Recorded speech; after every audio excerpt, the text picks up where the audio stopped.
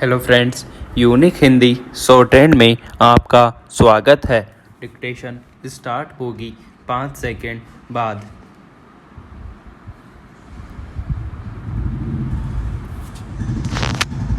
Start. महोदय, मुझे इस बात की प्रसन्नता है कि राष्ट्रपति जी ने शिक्षा के बारे में अपने भाषण में इस वर्ष विशेष रूप से ध्यान दिया है। हमें दुख के साथ यह स्वीकार करना चाहिए कि आज़ादी के बाद शिक्षा में जितना सुधार होना चाहिए था वह नहीं हो सका है।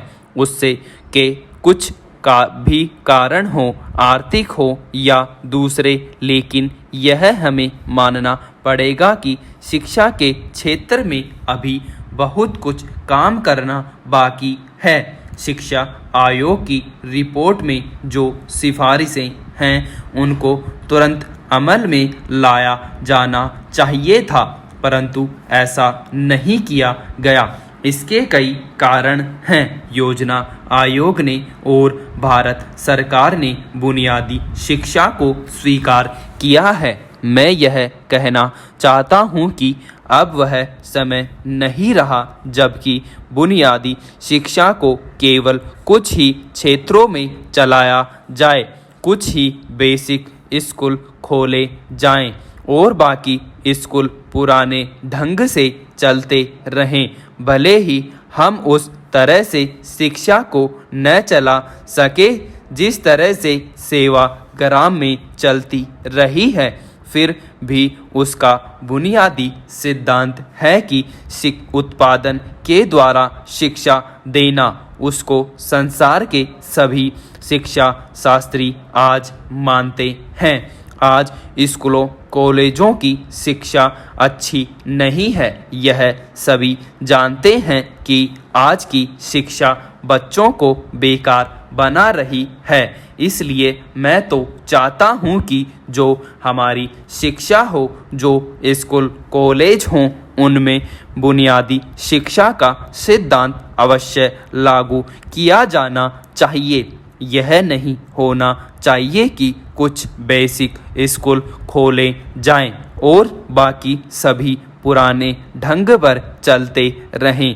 आज जो बच्चे हैं उनकी पढ़ाई रुक जाती है, वे कॉलेज में नहीं जा सकते। मैं समझता हूँ कि हमारा शिक्षा मंत्रालय इसकी ओर पूरा ध्यान देगा ताकि राष्ट्रपति जी ने अपने भाषण में जो कुछ कहा है वह पूरा हो सके और शिक्षा के क्षेत्र में परिवर्तन हो सके।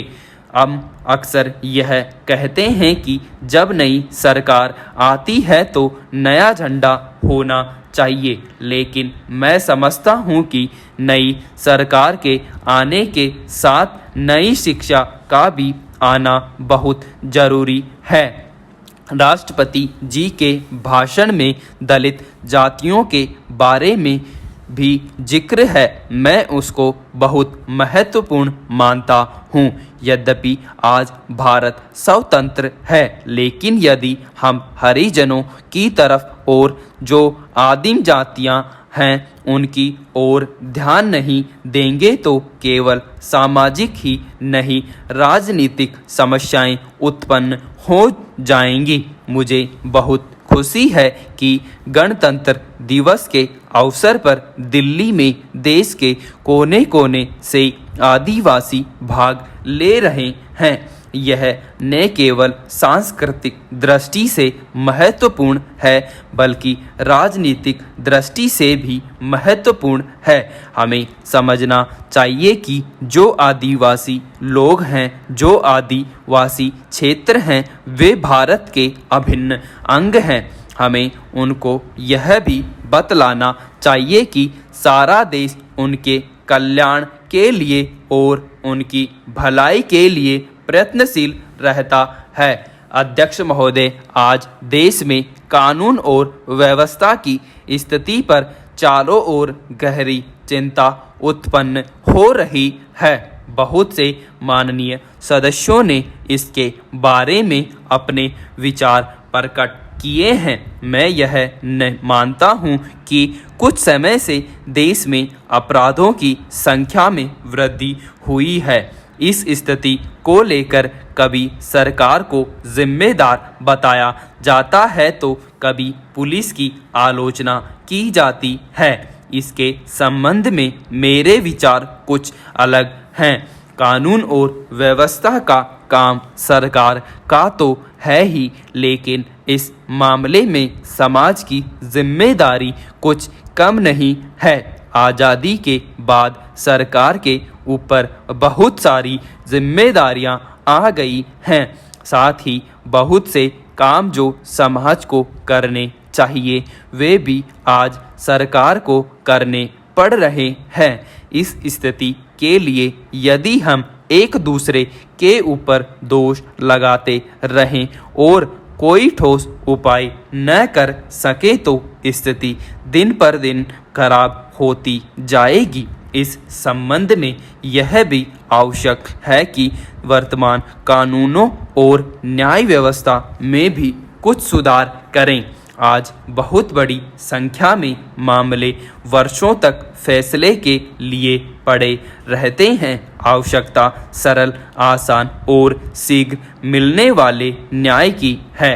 आज़ादी के बाद सरकार ने कुछ वर्षों तक तो ग्राम पंचायतों को काफ़ी प्रोत्साहन दिया, लेकिन ग्राम पंचायतें समाज की आशाओं को पूरा करने में सफल सिद्ध नहीं हो सकी है। इनको और अधिक अधिकार दिए जाने की आवश्यकता है। समाज यदि चाहे तो अपराधी लोगों पर काबू पाया जा सकता है। समाज को देखकर ही अपराधी लोगों को प्रोत्साहन मिलता है, यह सही है। औद्योगिकरण के जहां अनेक लाभ हैं वहां कुछ हानियां भी हैं।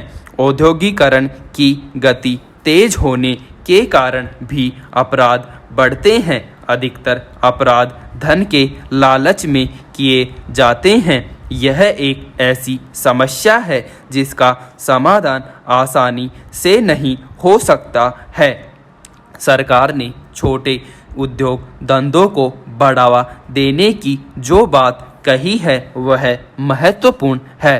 इससे सबसे बड़ा लाभ तो यह होगा कि आज गांव के लोग जो शहरों की ओर भाग रहे हैं उनको गांव में ही रोजगार सुलभ हो जाएगा। यह मानी हुई बात है कि छोटे छोटे उद्योगों में भी अनेक आदमियों को काम मिल जाता है। जैसे मान ले कि किसी गांव में कोई छोटा सा कारखाना लगाया जाए तो उस कारखाने को चलाने के लिए कुछ आदमियों की ज़रूरत होगी। कुछ आदमियों की ज़रूरत कच्चे माल को लाने के और बने हुए माल को बेचने के लिए ले जाने के लिए होगी और इस प्रकार कई लोगों को काम मिल जाएगा। हम उन अनेक बुराइयों से भी बच जाएंगे जो बड़े उद्योगों से जुड़ी हुई हैं। यदि सरकार की छोटे उद्योगों की नीति को ईमानदारी से लागू किया गया तो एक दिन यह आएगा जबकि सरकार की और लोगों को भागना रुक जाएगा। इन शब्दों के साथ मैं अपनी बात खत्म करता हूँ। स्टॉप।